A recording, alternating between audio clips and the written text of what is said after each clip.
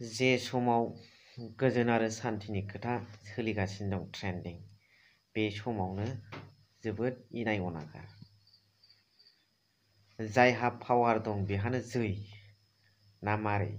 जायफोर बिथांमोना आयेन कानुननि खोथा बाथ्रा रायलायो बिसोरनो आयेन सिफायोब्ला जनसाधारन सुबुंनि गोसोआव मा साननाय फैगोन? बेनि सोमोन्दै दिनै सावरायगोन सुंद'यैब्लाबो, नोंथांमोना जोबजासिम थास'आव थाबानो जाबाय।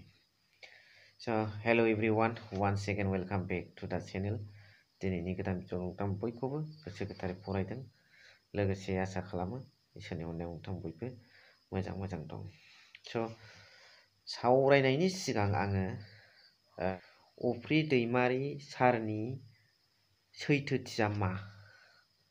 थारैनो बिथाङा बिराजानि थिननायाव 40 लाख फैसाखौ दाबि मारदों नामा? दा बेखौ सावरायनो थांनायावनो नैबे भिडिअ क्लिप्सखौ नायग्रोदो दसे। 40 लाख बिनो थिनदोंमोन, आं बिनाय बुंना होनाय जादों। जायखौ नोंथांमोना भिडिअ क्लिप्सआव बिथां अफ्रि सारखौ नुनो मोनदों, बेखौ लाइभ होदों। बिथाङा लाइभ होनाय बे भिडिअआ बिथांखौ मेन्टेलि आरो फिजिकेलि टर्चार होनानैसो बुंहोनाय होननानै बिथाङा कल रेकर्डिंआव बुंबाय। प्रान्जल नार्जारिजों रायलायनायावनो बिथांनि गासैबो गुदि खिथाया ओंखारजोब्बाय आरो माखासेफोरखौ बिथाङा बुंथ'वाखै बाय फनजों, आरो बुंगोन सम लानानै खाबु लानानै, जिहेतु बिथांनि देहाया दा लोरबाङाव दंथ'यो। अब्ला साननानै नायदो, दिनैनि बे सान्थिनि थासारि समावबो सासे बोगदाद जोहोलाव हारिनि थाखाय आखायाव हाथियार दैनानै नांबोनाय सासे जोहोलावखौ नंखाय फाला फाव फान्दायनानै टर्चार खालामनानै भिडिअ होहोनो हायोब्ला, बा बेफोर मारै जोंनि जास्टिसआ बबेसिम थांखो आरो मा जास्टिस बेफोर? बिनि सायाव मा बुंगोन रायजो राजाया? कमेन्ट सुनानै फोरमायहर। इउनिभार्सेल शपिं मलनि बिगोमा असिन्त नार्जारि बिथांनाव बिराजानि थिननायाव आरो बिथाङा बड'लेण्ड रादाबनि सुजुगिरि बिथां मैखोम बसुमतारी सारजों सोंलायनाय रायलायनायावनो बिराद टर्चार खालामो मा खालामो होननानै बुंदों। नाथाय अफ्रि सारनि खुगानिफ्राय कल रेकर्डिंआव जाबादि ओंखारदों बेफोर नंखाय होनदों। आरो दिनैनि समाव बिथाङा मिडियाफोरखौ वेलकाम खालामदों। गावनाव एरायनानै थानायबा मोनसे खोथा, वेलकाम खालामदों, सोंफै आंनाव, इन्टारभिउ लाफै, बिथाङा बाइट होगोन, मा जामारदों। दा दिनै जोङो गोबां ससियेल मिडियायाव बे निउस चेनेलफोरल' नङा, गोबाङानो बायदिसिना खोथाजों सावरायलांबाय, बुंलांबाय, मा जामारदों, आसरित मोनजोबदों।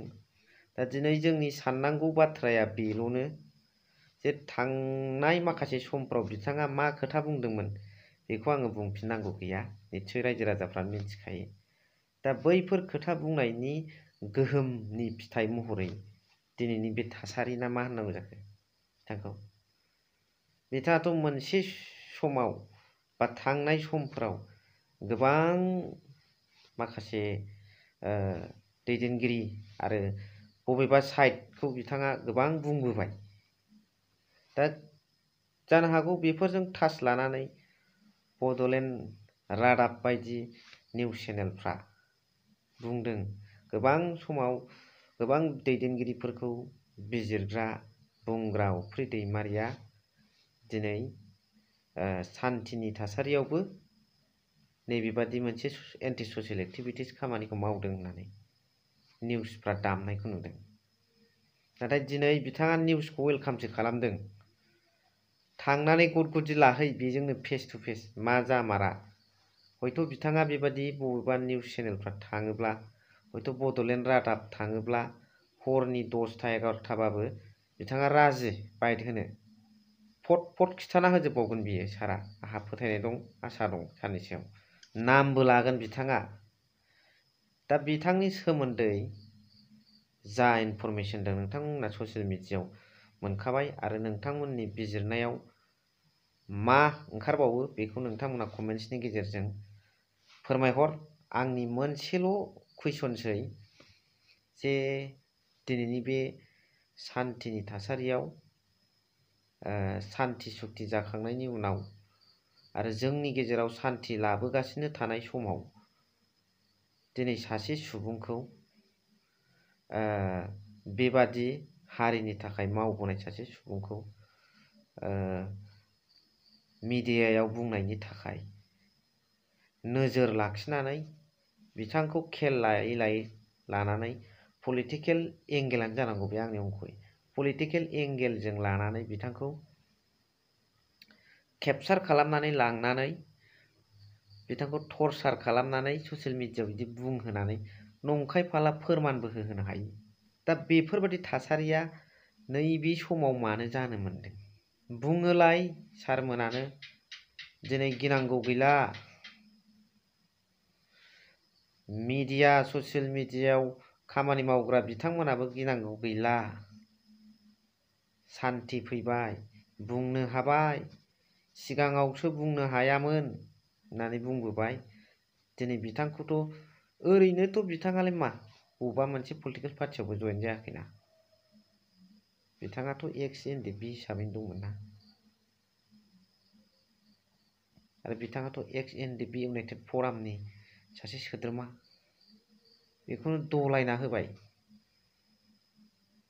आरो बिथाङा बे हिसाबै गावसोर दुखु मोनबोनाय माखासे हारिनि नांथाबनाय फारसेखौ हारिनि फारसे साननानै दुखु मोनबोनाय, खस्थ' मोनबोनाय जेलाव थाग्रा बिथांमोननि थाखाय, रन्जन दैमारि सारमोननि थाखाय, रायजो राजानि थाखाय माखासे खोथाखौ बुंबोबाय सोरबा दैदेनगिरिखौ बखिब्लाबो।